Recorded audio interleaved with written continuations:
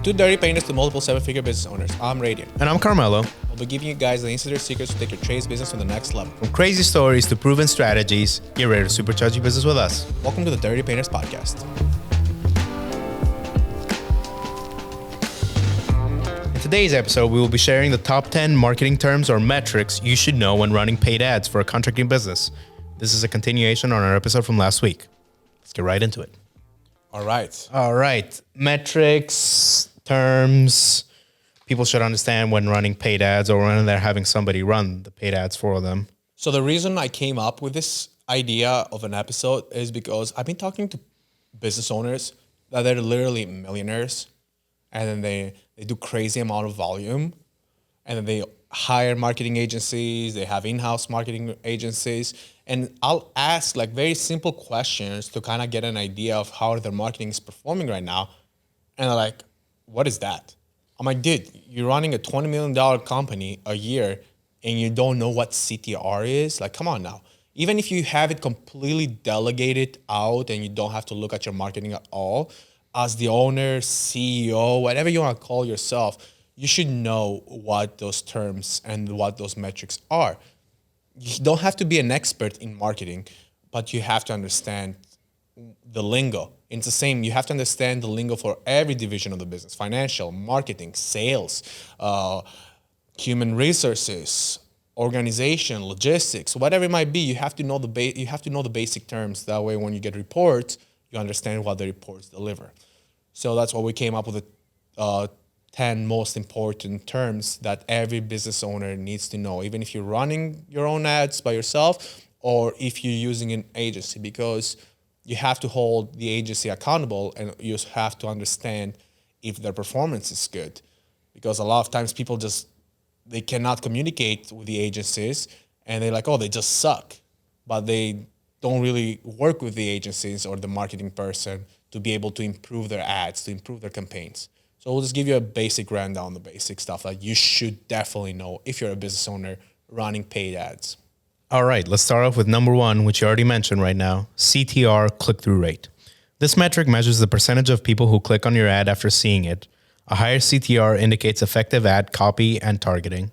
So we'll just break it down to you in simple terms. So you run an ad. The ad shows. And then your call to action, your CTA, that's another term that we do include here, but I'm assuming CTA is pretty self-explanatory, is click on our website, or click here to fill the form, or click here to go on our Instagram profile. Whatever your CTA, whatever you're asking the viewer to do on your ad, and then they take the action, and then it calculates like, hey, they went to your landing page, they went to your website, they called you, they messaged you, whatever it might be. The higher the CTR, the better your ad performing, meaning the more people are taking the action that you're asking them to do. Very important. A high CTR, meaning your ad is performing well. Low CTR, meaning your ad is trash. And then we see a lot of marketing campaigns. For example, our industry average for painters is anywhere from 0.5 to 2% CTR, which that's industry standard. And you can fact check me, you can Google it. I posted about that on my story. That's not me saying it out of thin air. That's based on industry averages. Our CTR, the way we run our ads, our average is 10%.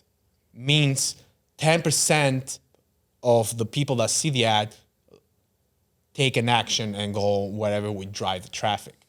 In simple numbers, 10,000, let's say. Let's say 1,000 because I can't do math right now. Let's say 10,000. 1,000. You confuse me. 1,000. So 1,000 people saw our ad. 10% CTR, meaning 100 people clicked and then took an action and they went wherever we tried to drive the traffic. Versus 1 to 2%, meaning 20 people. 10 to 20 people took the action and went to our website, our profile, they DM'd us, whatever it might be. So I get 5 times more traffic the way we do our ads. Also, you can keep track of any kind of rank the ad, how good it is based on the CTR, because if people are not clicking and not taking action, then you have to look into changing things. Very important term.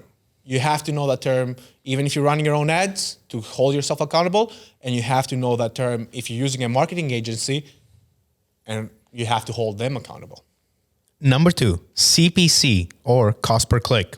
The amount you pay for each click on your ad. Understanding CPC helps manage your budget and assess the effectiveness of your campaigns.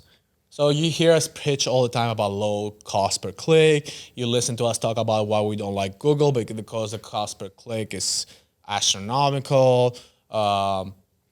We see ads at the cost per click will be like anywhere from $1 to $5, which I think is very high. In our industry, you should be under 30 cents cost per click for painters and contractors.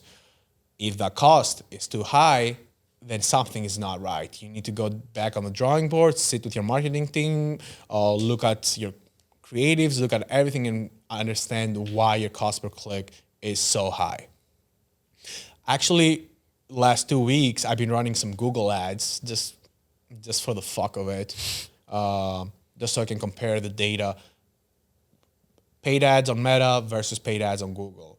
And then my cost per click will be sometimes 100x what I usually get on paid ads on Meta versus Google. So that's, to me, as an advertiser, as a business owner, that's not a good return on investment on my marketing dollars. We spend like $2,000. I'm like, you know what, fuck it, we'll just try it out just so we can have that Data to compare. And then actually when we sit with customers or potential customers that we do the advertising for, like, hey, dude, this is what we've been getting consistently. This is what the industry average is. This is what the other marketing channels deliver. This is what we can do for you. And we explain it to them. And then also you see how much further your marketing dollars stretch on each platform and on each marketing channel. Got it. So the cost per click is associated with every action taken, essentially. Yep. Number 3, conversion rate. The percentage of users who take a desired action after clicking on your ad, such as filling out a form or making a purchase. This metric helps gauge the effectiveness of your landing pages and overall campaign. So this gets more technical. If you're running your own ads, it takes more work, but like every marketing agency, like we use pixels. So a pixel is like a tracker that builds out into your marketing campaigns, and then also you code it, or you have your website people code it into your website so they can convert from the moment somebody clicks on your ad, all the actions they're taking when they get to your website. How much time they're spending on the homepage. Are they filling the lead form? Are they submitting? Are they exiting? How much from, like, let's say 1,000 clicks, how many of those 1,000 clicks convert into a form submission? A form submission is, getting a lead. Information like name, address, whatever you have. So that's the conversion rate. Or how many people are messaging you? How many people are calling you? So that's how we track conversion rates. The amount of traffic getting driven to a certain place, like a website, and then that traffic, is it just chilling there, just looking around, or is it actually taking actions to either submit the form, call you, looking at your website? It's very important because a lot of times you might be able to get a lot of paid traffic and then clicks to your landing pages, their websites, but they're not converting. The conversion rate is very low. So you might have to change your landing page. You might have to change the wording. You might have to change the way what they see first. A lot of things play factor on the conversion rates. And then you need to be aware if your paid ads are converting to actual leads or actual actions for us to make money pretty much from our marketing. Number 4, impressions. This refers to the number of times your ad is displayed to users. High impressions with low clicks may indicate the need for better targeting or ad copy. A metric is CPM. So CPM is how much it costs you to get 1,000 views. So cheap impressions, for example, a lot of the ads that we run, we strategically choose ads that they get us very cheap impressions because we're competing for eyeballs. So that's how meta advertising works. You compete for eyeballs, and then meta will show and will rank higher ads that are very visually pleasing. They keep their users on the app. Users are spending time. So that's why it's important to track impressions, how many impressions you're getting, and what the cost of getting these impressions, or how I like calling them eyeballs, is. Because a very high impression cost might mean that people are not spending a lot of time looking at your ad, they're skipping, and then Meta is not showing the ad to a lot of people. Also, another thing that I like comparing is the number of impressions with the CTR and then the cost per click. Because if I'm getting a lot of impressions, then and I'm not getting a lot of clicks, that means that something needs to change on my ad. It might be the creative, it might be the copy, the wording, to be able to convert those impressions into clicks and then drive them to the website that we want to drive them. You have to look at your impressions and your impressions cost. Is your impression cost very high or is it very low? And then that's how you find your home runs, your winning ads. And we'll get down a little bit further down on the split testing. I have a quick question for you. Impressions. So that number, is it individual eyeballs, or can, a certain pair of eyeballs just get the ad again? So a lot of times, and I'm sure you guys seen it on yourself, you'll get the same ad like 3, 4, 5 times. Mm-hmm. So reach and impressions are two different things. So reach is when you reach a unique device or account. Impressions is when how many times that ad showed on a screen. So there's two different things. So an impression might be when Karmelo sees the same ad for 5 times, that will count as 5 impressions. Versus reach, if Karmelo sees the ad, no matter how many times he sees the ad, it's only gonna count as 1. So that those two are two different things. Mm-hmm. And then when you have very high reach so when those two numbers are kind of moving up together, that's a good ad. But if your reach is very low and your impressions are very high, that's a good indicator that the ad is showing to the same people over and over and over. And that's when the ad hits creative fatigue and you're like, okay, the same people are looking at my ad. I'm not reaching any new people because my reach is very low. I have to change it. Number 5, quality score. A metric used by platforms like Google Ads that measure the relevance and quality of your ads, keywords, and landing pages. A higher quality score can lead to lower CPCs, cost per clicks. So Meta does that too. It literally ranks your ads. It doesn't have a metric, excuse me, that like, oh, this ad is like A+ or whatever, but you can tell if Meta is really pushing your ad or if not.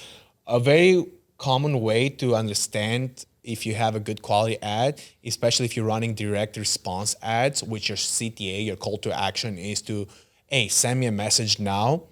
Meta will be like, oh, this is a high performing. It'll literally tell you this is a high performing ad on your ads manager. And it'll give you like a little badge or like a little banner or whatever on the messenger and tell you these guys respond super fast. That's why it's important to respond fast on every time somebody messages you, because Meta will rank you as a business that responds fast and then also rank the ad as an ad that gets fast responses and then gets delivered to people, because Meta makes money every time it shows your ads. So if you're a fast responder, they'll reward you and show your ad to more people. So I'm not very familiar with Google Ads, but they have that metric as well, which I'm assuming works the same way as Meta advertising. Yeah, I think there's a green check mark for people like that. Yeah. Number 6, ROAS, return on ad spend. This metric calculates the revenue generated for every dollar spent on advertising. It helps evaluate the profitability of your campaigns. And my formula for this is very simple. If I spend $10,000 in paid ads for this month, I gotta bring in at least $100,000 worth of work.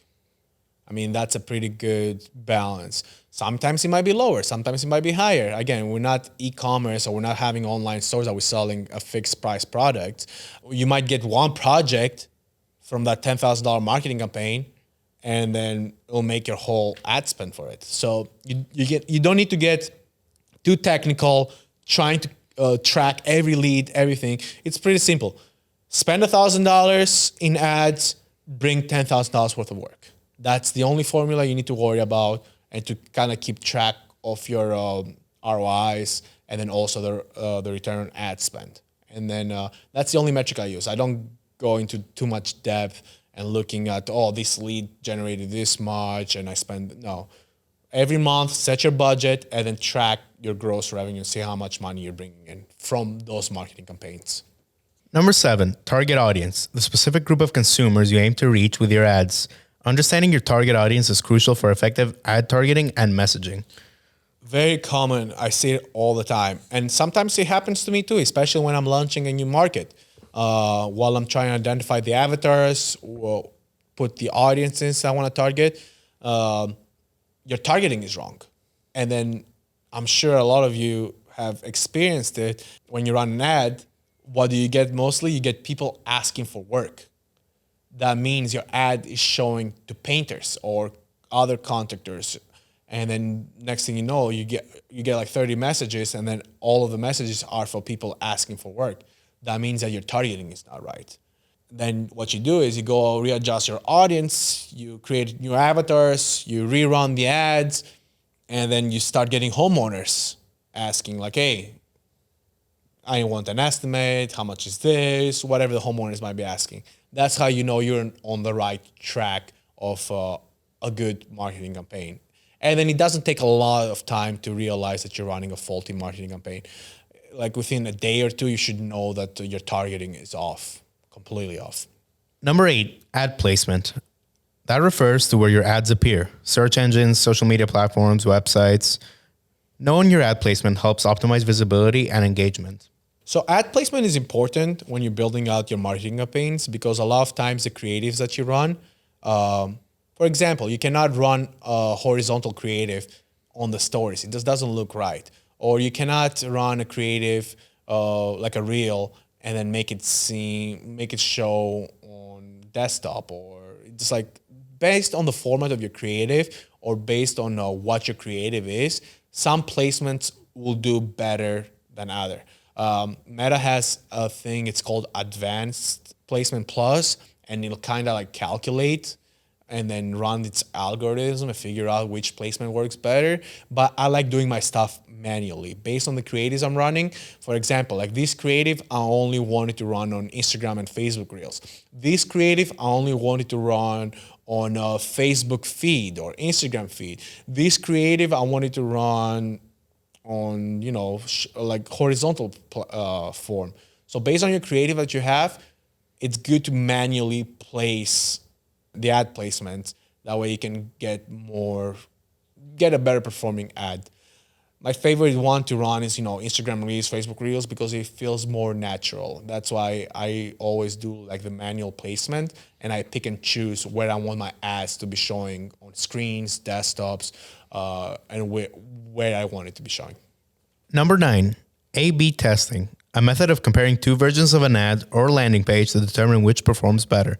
This process is essential for optimizing ad performance. So A/B testing is crucial. That's why I say, like, we're not experts in marketing. We just unknowingly been A/B testing and split testing for like the last 6 years. Different creatives, different copies, different CTAs, different landing pages. So always running ads. So pretty much my method is push a lot of ads out, spend a lot of money, figure out which your home runs are with low budget first, and then once you figure out your winners and which ads are performing better, then you just put a crazy amount of budget behind it and you scale up your marketing campaign. But the best way to A/B test is just run different variations of your ad and figure out which ones, based on the metrics that we talked about above, is doing better. And then that's when you figure out, oh, this ad, for let's say we run 10 ads. And from the 10 ads, 8 flop, they do garbage. And then we have 2 that did really good. Obviously, now we have all the numbers and all the metrics. We know which 2 make sense for us to put a lot of marketing budget behind it, because it's going to get the better results. And that's why we have very effective marketing everywhere we go, because we've been doing it for our own business for years, and we know what works best. So as soon as we pick up a new client, we already know which campaigns we're going to run. We don't have to test with the client's marketing dollars, because we already tested with our own marketing dollars and know what works for our industry, for our field, for contractors, for painters, or whatever it might be. That way we take off the gambling with your own money, and we already know what campaigns are going to get you results immediately. And then a lot of our clients that we do the ads for, as soon as we turn them up, they get leads right away. And then they skip all the learning period. They learn all the learning phase of other advertising, because I don't know many advertising agencies that actually own painting companies. I can't think of anybody. They're just like marketing agencies. Versus us, we're just painters that spend a lot of money trying to figure out how to bring a lot of work in. And we figured out what works, and now we know what works, and we know how to make money from what works. Number 10, lead generation, the process of attracting and converting potential customers into leads. For contractors, this often involves gathering contact information through forms or inquiries. Leads. So everybody thinks they need more leads, but that we always say that. But how do you actually squeeze the potential of every lead that you get to its maximum? Or do you just want a lot of leads because you're not doing a lot of things? Like how many times are you calling them when you get their information? How fast your follow-up is? How fast your response rate is? How fast do you go out for an estimate? Because I know guys that they get like 5 leads a week, and then they sell 3 out of 5, and then they make a killing. Then I have guys that will get them like 100 leads, 200 leads, 300 leads, and then they don't even make the marketing dollars back. So that's why a lot of you are fixated that you think the magic formula or the secret sauce for growing your business is to just get leads. But I promise you that's not it. You can really have a profitable business with a little amount of leads, high quality leads, and by doing all the due diligence that we talked about before, and getting the maximum output from those leads that are actually coming in. That's why I'm saying I'd rather get 5 good leads a week, like even us personally. I'd rather just get 5 good leads a week that are pre-screened, that are vetted, and that are likely to buy, than chase 100 leads. Because think of how much work is trying to go through 100 leads a week. It's a lot of fucking work. You have to be on the phone all the time. You have to have a call center. You have to have a lot of estimators, especially if you're going out on every lead. It's a lot of work versus when you pre-screen them properly, when you make it harder, when you add friction on your landing pages. That's another thing. We didn't put that term, but adding friction on your form submissions, on your questions, before you even talk to the customer, it will really do that kind of pre-screening for you. That way you can see if the lead that's coming in, it's a qualified lead and it's a customer that are not just kicking tires pretty much. Because we talked about it before, vetting leads, it's going to save you a lot of time, and it's going to improve your closing ratio. Because what's a lead? What do you think it's a lead based on your own understanding? So every form or every information that we've gathered from one of those impressions, I would say that's a lead. So somebody's information that we have, like address, name, yeah, and what they want to get done, like interior, exterior, or cabinets. That will be a lead. So for something to count as a lead, is they have to be showing interest, and you need a name and a way to communicate with them. So if somebody DMs you on Instagram that's a lead because you have a way for you to communicate with them. If somebody calls you, that's a lead. If somebody submits a form, that's a lead. If somebody comments on your ads or your social media posts, you're like, oh, I want an estimate. How much is this? That's a lead because you have a way to communicate with them. And then that's all a lead is. Then the process begins and you try to figure out, is this lead qualified? Can this person afford me? Is this person a ready buyer? Is this person willing to buy within 2 to 3 weeks? Is a hot and ready buyer? Is this person just fucking around? Because a lot of times people just go online and fuck around. Like, for example, I do that myself. I'll go online and I'll just look at things. I'm like, oh, how much is this? Or I'll go on Marketplace and I'll look at cars on Marketplace and I'll just DM them like, oh, is this the best you can do? And then just, I don't know, like, how much are you gonna take for this car? And like, oh, the best I can do is 65. And I'm not even willing to buy the car, but I'm one of those consumers as well. And that's why you can't rely on just getting a lot of leads and getting a lot of leads. You have to make sure those leads convert to qualified customers that are willing to buy from your business. That's why I'm saying don't get fixated on getting a lot of leads, because we get people a lot of leads and then they don't know how to act with them. I mean, even us, when we were getting a lot of leads, but some of them were just dead ends. We were wasting our time. And one issue that I see a lot of people running, and we can get leads. We can get leads for cheap. Cost per lead, we can easily get it under $30 for painters, easily, all day long. But you overwhelm yourself, especially if you're an owner operator. Most of the guys that we work with, they're either managers or owner operators. So they cannot handle too much volume. If you're a bigger business and you have a call center, you have an office lady, you have sales rep that they get their leads dispatched, then it's better. It's easier.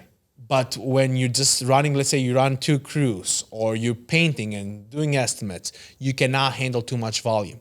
Getting too many leads, it's going to run you to the ground. And it's also going to waste marketing dollars because you're not squeezing those leads to their full potential. That's why if you're a starter, focus on getting 5 good quality leads a week and then get the most out of those 5 leads. Call them, vet them, spend time with them on the phone, pre-qualify them, start your price conditioning from the phone. Make sure they're willing to buy when you go out there, because you don't want to be wasting windshield time and going to leads that are garbage. And then it's going to tell you, oh, I didn't know it was going to be this much. Be proactive and do your due diligence prior of going out. And then really maximize the potential of the leads that you're getting. And then the more your business grows, and then when you start, trying to have more people, keep more people busy, then you can scale up your ads.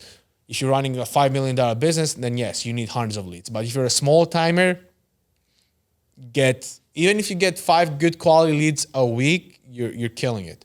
And it doesn't take a lot of money to get 5 good quality leads a week if you have good content, if you're posting frequently, if you never stop your ads, even at a small budget. Like, we get great success with like $35 a day ad spend. And then make sure you keep track of the metrics. No matter how small you're starting out, you always have to keep eyes on your metrics. That way you're not wasting. Because, for example, me in the beginning, I didn't know any of these metrics. So I would just run ads and I'll just let them run. I didn't know how to understand the metrics. I didn't know how to A/B test. I didn't know how to split test. I didn't know how to do any of this. So I'll just wing it. I'll just dump money in there. And I'm sure my ads the first few years, I could have gotten way better results if I was doing all these things I just told you guys to do. That's why we're trying to educate you on those terms. That way you're not wasting money, because we see it a lot. People, my number one thing that I see all the time. I see painting companies all the time advertising from different states, and I get their ads, and we live in Florida. That's, which one was it? Target audience. We go back to that. Like, number 7, they're doing it wrong. And then it's like dozens of painting companies that get their ads from different states. And then a lot of them are marketing companies. They're using marketing companies. So as business owners, they don't know how to hold those marketing companies accountable. We can be like, if you guys want to schedule a free consultation, let us know, send us a DM, and we can look at your marketing campaigns that you're currently running for free. All right, so do you have anything else to add on this episode? No, I think that's pretty much it. I like that we went through all the metrics, and if you guys want to go more in depth with it, you can schedule a consultation call with us over at KLOUDBOOKS, and we can go over all these metrics plus more that we couldn't list here, unfortunately. Yeah, the best way for us to help you is if you, especially currently running marketing campaigns, send us screenshots of your current marketing campaigns, and then we can tell you if they're good, if they're performing well, what you can improve, what you can fix, and then we can talk more about how we can help you building your own marketing campaigns or even run your ads as well. DM us on KLOUDBOOKS or message Redion or myself. Yeah, one of the two. Either KLOUDBOOKS or you can personally DM us on our personal accounts. All right, guys, so this will wrap up this episode of the Dirty Painters podcast. Be sure to follow our business on Instagram at Olympian Painting and also our personal pages, Olympian_Redion, Olympian_Karmelo. Keep up with the episodes of the Dirty Painters podcast and also follow KLOUDBOOKS. If you like this episode, be sure to share it with a fellow painter or tradie. Until next time, this is Redion. And I'm Karmelo. Signing out from Dirty Painters podcast. Thank you. Adios.